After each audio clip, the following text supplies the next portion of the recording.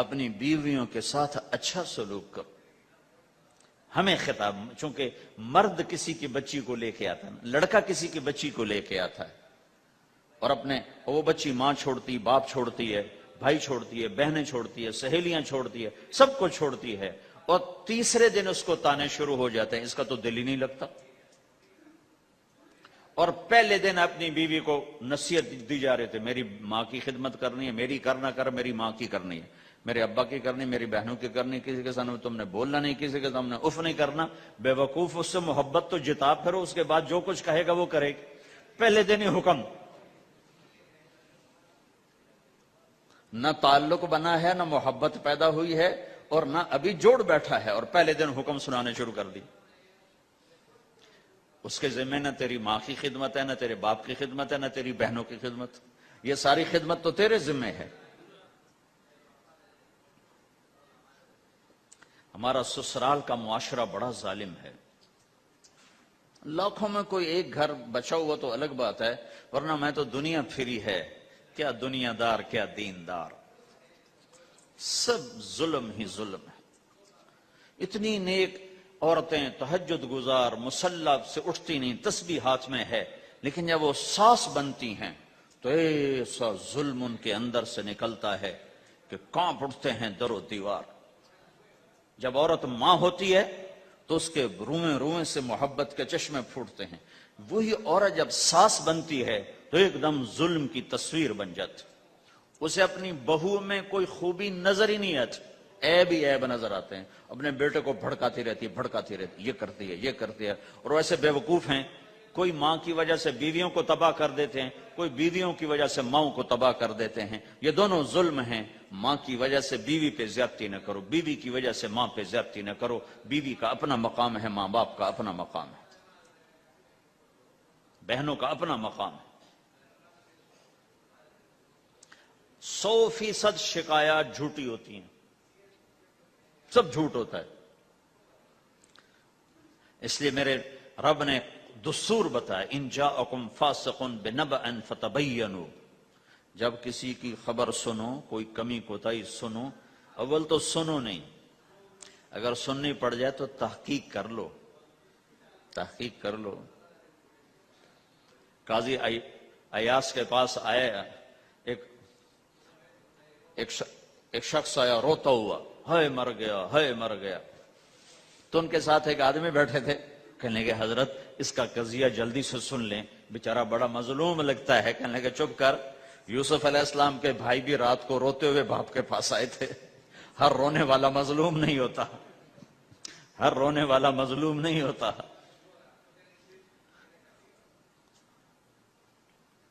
اپنے گھروں کی فضا بناؤ، کمی سنو ہی نہیں. تمہاری بیوی ماں کی کمی بتانے لگے، کہا مجھے نہ بتاؤ، تیری بڑی مہربانی. تمہاری ماں تمہاری بیوی کی کمی بتانے لگے، کہا اماں مجھے نہ بتاؤ، تیری بڑی مہربانی. گھر کی فضا ایسی بناؤ کہ کسی کی کمی کا تذکرہ نہ ہو، تو اللہ کی قسم تمہارا گھر جنت کا نمونہ بن جائے گا.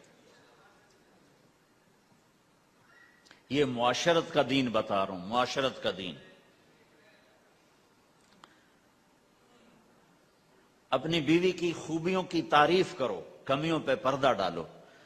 بیویوں کے ذمہ ہے خامد کی خوبیوں کی تعریف کریں. انسان حوصلہ افزائی کا محتاج ہوتا ہے.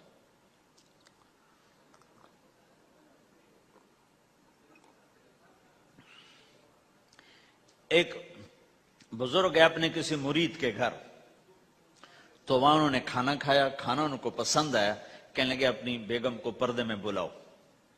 تو انہوں نے اپنی بیگم کو پردے میں بلایا، کہا بیٹی میں نے تیرا ہاتھ کا کھانا کھایا، بہت مزیدار تھا، اللہ تمہیں جزائے خیر دے، تم نے بہت اچھا پکایا. تو وہ زارو قطار رونے لگی.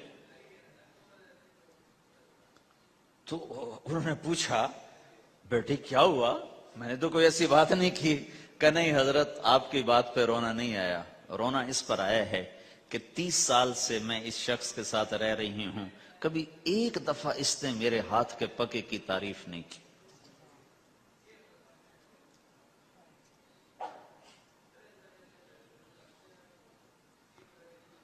آپ گھر میں تشریف لائے، آپ نے پوچھا کوئی کھانے کو کچھ ہے، ام سلمہ رضی اللہ عنہ کا گھر، کہا یا رسول اللہ آج تو کچھ نہیں، سرکہ ہے، کہا واہ واہ واہ واہ نعم الادام الخل، سرکہ تو بہت اچھا سالن ہے۔ سبحان اللہ، کیسے دلجوئی فرمائی اپنی بیگم کی، سرکہ تو بہت اچھا سالن ہے، یا تو نے نمک کم ڈال دیا، تو نے مرچی زیادہ کر دی۔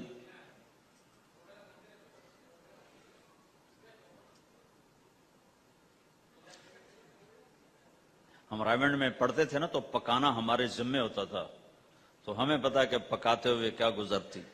جب 2,000 آدمی کی روٹی ہم پکاتے تھے، 5 بوری آٹا گوندا ہے ہاتھوں سے، اور 10 من کھڑے ہو کے روٹی لگائی ہے، سخت سردی میں بھی سخت گرمی میں بھی۔ سردی میں جب رات کو آٹا گونتے تھے ہم، تو ہمارے ہاتھ ایسے اکڑ، تم تو سردی دیکھتے ہی نہیں ہو، ہاتھ ایسے اکڑ جاتے تھے، اور صبح 4 بجے اٹھ کے روٹی پکانا شروع کرتے تھے، 2,000 آدمی کی روٹی پکانی ہوتی تھی۔ تو اب کوئی آ کر کہتے انہیں کچی روٹی پکائی، تو جی دادا ایک تھپڑ اس کے منہ پہ مارے کہ 4 بجے کے ہم اٹھے ہوئے ہیں، پکا پکا برا حشر ہو گیا، کہتے کچی پکائی۔ بھائی صبر کر کے چپ کر کے کھا جا۔ مولانا الیاس صاحب رحمۃ اللہ علیہ ایک اپنے مرید کے گھر گئے، تو اس نے کھیر بنا کر پیش کی۔ اچھا، نمک اور چینی ایک جیسے ہوتے ہیں، وہ دیہاتی عورت سمجھ نہ سکی، چینی کے بجائے نمک ڈال دیا، تو انہوں نے جا سب سے پہلے مولانا الیاس صاحب کے سامنے کھیر رکھی، تو آپ نے جو چکھی تو وہ تو تھی کڑوی، کہنے کہ بھائی واہ واہ واہ واہ واہ واہ، بڑی مزے کی کھیر، ساری لیا میں اکیلا کھاؤں گا، کسی کو نہیں کھانے دوں گا۔ ساری کھیر کھا گیا اس پر پردہ ڈالنے کے لیے۔ وہ تو جب انہوں نے کہا مولانا الیاس کا بچا ہوا تھوڑا سا میں جب چکھا تو کڑوا جا، ہائے مر گئی، یہ تو سارا نمک ڈالا ہوا تھا۔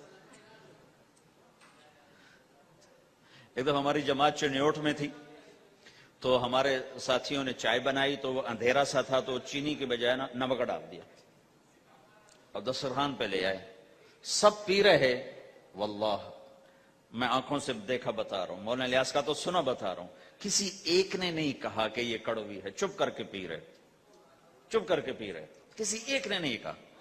باہر ایک دیہاتی کھڑا تھا، تو میں نے اس کا چاچا آتے نو چاہ پی ماما، وہ آ گیا، اس نے پہلا گھونٹ بھرا، اوے تا کوڑی ہے، اس نے بانڈا پھوڑ دیا۔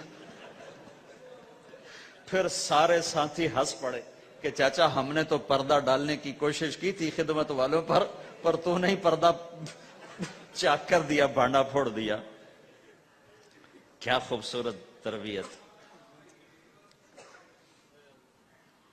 8 سال ہم نے دیگیں پکائی ہیں اور روٹیاں پکائی ہیں رامن میں پڑھتے ہوئے، تو پکانے والا کتنا کھپتا ہے۔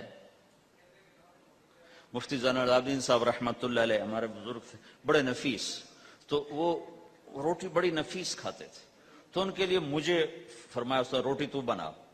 اب میں ڈر رہا تھا کہ پتہ نہیں مفتی صاحب کو پسند نہ آئی تو کیا بنے گا۔ حوصلہ افزائی کتنی ضروری چیز۔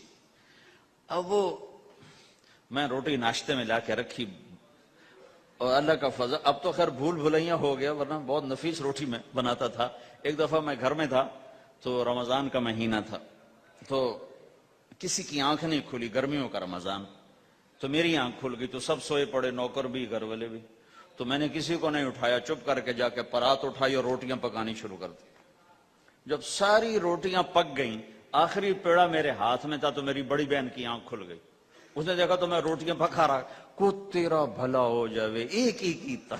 میں کہا روز تم پکاتی ہو، آج میں پکا کے دے رہا ہوں، اس میں کیا ہے۔ تو میں نے روٹی پیش کی نا، تو مفتی صاحب نے 1-2 لقمے کھائے، تو میں وہ کھڑا سے کانپ رہا، پتہ نہیں اب کیا ہوتا، کس نے پکائی ہے؟ میں نے کہا جی میں نے پکائی، ماشاءاللہ بہت اچھی پکائی۔ تو میرا دل اتنا بڑا ہو، حوصلہ افزائی کرنا، برائیوں کو۔ ہماری معاشرت کیا ہے، 100 خوبیوں میں سے ایک کمی کو نکال کے پکڑ لینا اور 100 پہ کاٹا۔ 100 نظر نہیں آتی، ایک کمی کو پکڑ کے اسے اچھال رہے اچھال رہے اچھال رہے اچھال رہے اچھال رہے.